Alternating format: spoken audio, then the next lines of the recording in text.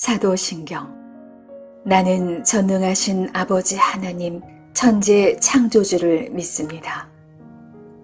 나는 그의 유일하신 아들 우리 주 예수 그리스도를 믿습니다. 그는 성령으로 잉태되어 동정녀 마리아에게서 나시고 본디오 빌라도에게 고난을 받아 십자가에 못 박혀 죽으시고 장사한 지 사흘 만에 죽은 자 가운데서 다시 살아나셨으며 하늘에 오르시어 전능하신 아버지 하나님 우편에 앉아 계시다가 거기로부터 살아있는 자와 죽은 자를 심판하러 오십니다. 나는 성령을 믿으며 거룩한 공교회와 성도의 교제와 죄를 용서받는 것과 몸의 부활과 영생을 믿습니다. 아멘.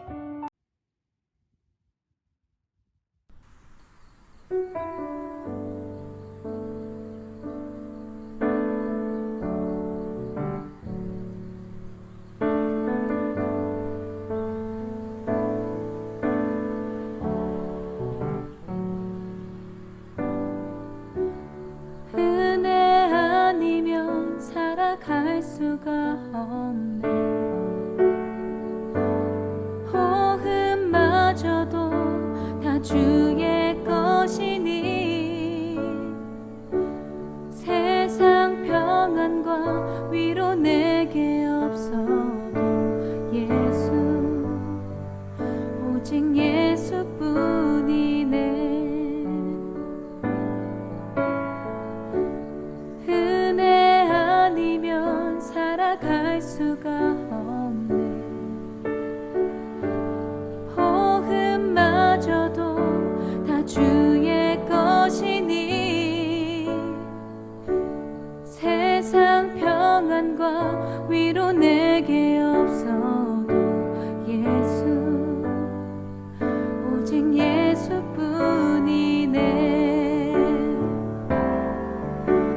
크신 계획 다 볼 수도 없고 작은 고난에 지쳐도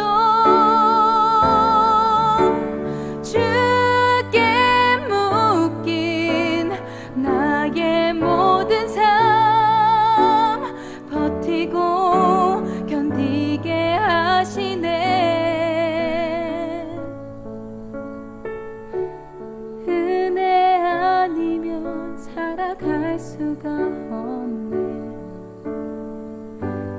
나의 모든 것 다 주께 맡기니 참된 평안과 위로 내게 주신 주 예수, 오직 예수뿐이네.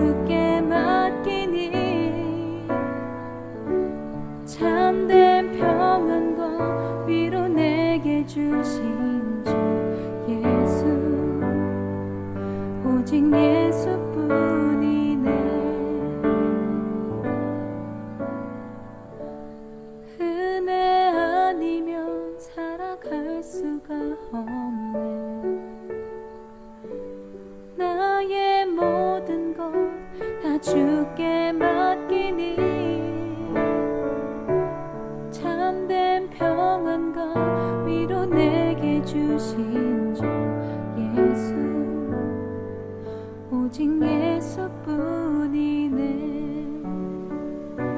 예수 오직 예수뿐이네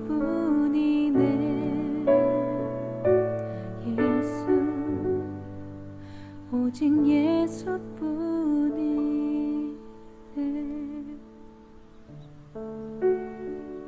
제13장 유월절 전에 예수께서 자기가 세상을 떠나 아버지께로 돌아가실 때가 이른 줄 아시고 세상에 있는 자기 사람들을 사랑하시되 끝까지 사랑하시니라. 마귀가 벌써 시몬의 아들 가룟 유다의 마음에 예수를 팔려는 생각을 넣었더라. 저녁 먹는 중 예수는 아버지께서 모든 것을 자기 손에 맡기신 것과 또 자기가 하나님께로부터 오셨다가 하나님께로 돌아가실 것을 아시고 저녁 잡수시던 자리에서 일어나 겉옷을 벗고 수건을 가져다가 허리에 두르시고 이에 게야의 물을 떠서 제자들의 발을 씻으시고 그 두르신 수건으로 닦기를 시작하여 시몬 베드로에게 이르시니 베드로가 이르되 주여, 주께서 내 발을 씻으시나이까? 내가 하는 것을 네가 지금은 알지 못하나 이후에는 알리라. 내 발을 절대로 씻지 못하시리이다. 내가 너를 씻어주지 아니하면 네가 나와 상관이 없느니라. 주여, 내 발뿐 아니라 손과 머리도 씻어주옵소서. 이미 목욕한 자는 발밖에 씻을 필요가 없느니라. 온 몸이 깨끗하니라. 너희가 깨끗하나 다는 아니니라. 이는 자기를 팔자간 누구인지 아심이라. 그러므로 다는 깨끗하지 아니하다 하시니라. 그들의 발을 씻으신 후에 옷을 입으시고 다시 앉아 그들에게 이르시되 내가 너희에게 행한 것을 너희가 아느냐? 너희가 나를 선생이라 또는 주라 하니 너희 말이 옳도다. 내가 그러하다. 내가 주와 또는 선생이 되어 너희 발을 씻었으니 너희도 서로 발을 씻어주는 것이 옳으니라. 내가 너희에게 행한 것 같이 너희도 행하게 하려 하여 본을 보였노라. 내가 진실로 진실로 너희에게 이르노니 종이 주인보다 크지 못하고 보냄을 받은 자가 보낸 자보다 크지 못하나니 너희가 이것을 알고 행하면 복이 있으리라. 화요일 아침이 되었습니다. 성령님은 영이시기 때문에 반드시 말씀과 더불어 역사하십니다. 하루를 하나님의 말씀으로 시작한다는 것은 말씀과 더불어 역사하시는 성령 하나님의 인도함을 받을 수 있는 최고의 방법입니다. 아침마다 하나님께 삶을 의탁드리고 주님의 도우심을 구하는 사람을 하나님은 얼마나 기뻐하실까요? 그 기도에 귀 기울이시고 여러분의 삶에 함께 하실 줄 믿습니다. 그런 은혜가 있으신 복된 하루 되시길 주의 이름으로 축복해 드립니다. 요한복음은 12장을 기점으로 해서 7가지의 표적을 통한 예수님의 자기 계시가 끝나고 이제 13장부터는 본격적으로 십자가를 향한 행보가 시작됩니다. 앞서 2장에서부터 물로 포도주를 만드신 사건으로부터 시작해서 마지막 나사로를 살리신 그 사건까지 요한복음의 저자인 사도 요한은 이 7가지 사건을 표적이라고 부르면서 예수님이 하나님 되심과 예수님이 메시아로 이 땅에 오셨음을 보여주는 증거로 삼았습니다. 이제 오늘 본문에서는 13장을 시작하면서 하나님이시며 메시아이신 예수님이 우리를 살리시기 위해 십자가를 향한 본격적인 예수님의 첫 행보로서 제자들과 그 유명한 마지막 만찬을 가지십니다. 그 자리에서 예수님은 제자들의 발을 씻겨주셨습니다. 그런데 이때 가룟 유다는 이미 예수님을 팔아넘기려고 하는 계획을 실행하고 있었습니다. 2절을 보면 마귀가 가룟 유다의 마음에 악한 생각을 넣었다라고 되어 있습니다. 이 말은 마치 어떤 세력권 안으로 휘말려 들어간다는 뜻을 가지고 있습니다. 언젠가 제가 자연 다큐멘터리를 본 적이 있는데 거기에 그 곤충이 된 먹이가 뱀의 사정권 안으로 들어가는 순간 절대 그 공격에서 빠져나올 수 없었습니다. 그러니까 사정권 안에 들어간다는 게 그렇게 무서운 것입니다. 또한 그 다큐멘터리에서 태풍이나 회오리 바람의 그 계절에 따라 영향권에 들어가게 되면 그 힘에 휘말려 들어가게 됩니다. 이렇듯 우리 마음과 생각이 사탄의 영향권 안에 노출되면 누구든지 그 안으로 휘말릴 수밖에 없음을 보여줍니다. 그런데 사탄은 우리를 강제로 자신의 세력권 안으로 끌어들이지는 못합니다. 왜냐하면 우리는 하나님의 자녀이기 때문에 절대로 사탄이 우리를 함부로 공격할 수는 없습니다. 다만 사탄이 할 수 있는 유일한 방법은 무엇이냐? 우리를 유혹하는 일입니다.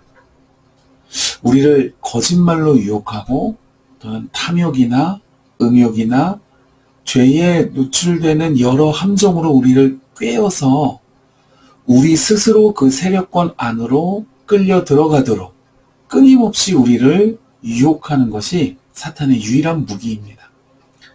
그래서 성경은 사탄을 일컬어서 거짓의 아비요, 처음부터 거짓말한 자라 라고 말했습니다.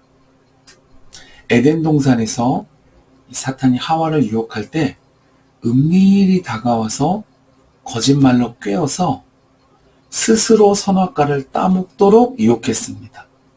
그 결과 우리는 죄 아래 떨어져서 죄의 종노릇을 하게 되었습니다. 여러분, 바로 이것이 사탄이 일하는 방식입니다. 오늘 본문에도 사탄은 가룟 유다의 연약한 부분에 침투해서 그로 하여금 예수님의 이 7가지의 표적을 보고도 깨닫지 못하도록 눈을 가리고 거짓으로 그를 유혹했습니다. 아마 이 가룟 유다는 물질적 욕심도 있는 사람이었던 것 같습니다. 요한복음 12장 6절을 보면 그가 제자들 사이에서 회계를 맡고 있었는데 그 직책을 이용해 그 몰래 얼마간의 이익을 챙기고 있었다라고 되어 있습니다. 바로 그 점을 이용해서 사탄은 가룟 유다에게 예수님을 팔아넘겨서 이익을 얻을 수 있는 방법에 대한 유혹을 그의 마음에 심었습니다. 또한 이 가룟 유다는 열심당 운동을 하는 사람이었습니다. 그래서 예수님을 통해서 그는 지상왕국을 꿈꿨던 사람이었습니다. 그런데 예수님이 자신을 생명의 떡이라고 말씀하시질 않나. 가난한 고아와 과부와 세리들과 어울리며 예루살렘에 입성하실 때도 강력한 군대가 아닌 나귀를 타고 하층민 사람들의 인도자가 되어주시자 아마도 예수님이 큰 지도자가 될 줄 알았던 이 가룟 유다의 기대와는 전혀 다른 현실에 그가 실망하고 있는 그 마음에 사탄이 침투했습니다. 그래서 더 이상 예수님을 쫓아봐야 아무 이룰 것이 없다는 거짓된 유혹을 그 마음에 던졌습니다. 결국 가룟 유다는 예수님을 팔아넘기려는 계획을 착실하게 진행하는 사탄의 주구가 되었습니다. 자신이 사탄의 도구가 되었다는 것을 아마 그 시점에서 가룟 유다는 꿈에도 몰랐던 것 같습니다. 그러나 나중에 그가 깨달았지만 이미 돌이킬 수 없게 된 후였습니다.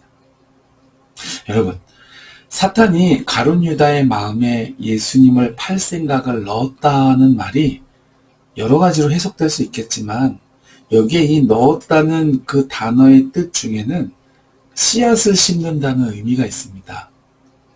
여러분, 사탄은 그렇게 우리 마음에 죄의 씨앗 뜻을 이렇게 뿌려 놓습니다. 던져 놓습니다. 근데 우리가 그 유혹에 반응을 하게 되면 그 씨앗에서 죄의 싹이 틔워지고 우리 마음이 죄에 오염되는 순간 누구든지 가룟 유다와 같이 사탄의 주구 노릇을 하게 되는 것입니다. 사탄의 도구가 되는 것이죠. 오늘 예수님은 제자들의 발을 씻겨주시면서 회개의 가르침과 섬김의 가르침을 주고 계시지만 사탄의 주구가 된 가룟 유다는 이 귀하고 값진 진리의 말씀을 받지 못했습니다. 그 마음에 죄의 싹을 따라서 사망의 열매를 맺고 있었습니다. 오늘 하루 살아가는 동안 우리 마음에 일어나는 사탄의 유혹과 죄의 손짓에 반응하지 않고 오직 말씀과 성령의 열매로만 승리하시는 복된 하루 되시기를 주님의 이름으로 축복해 드립니다.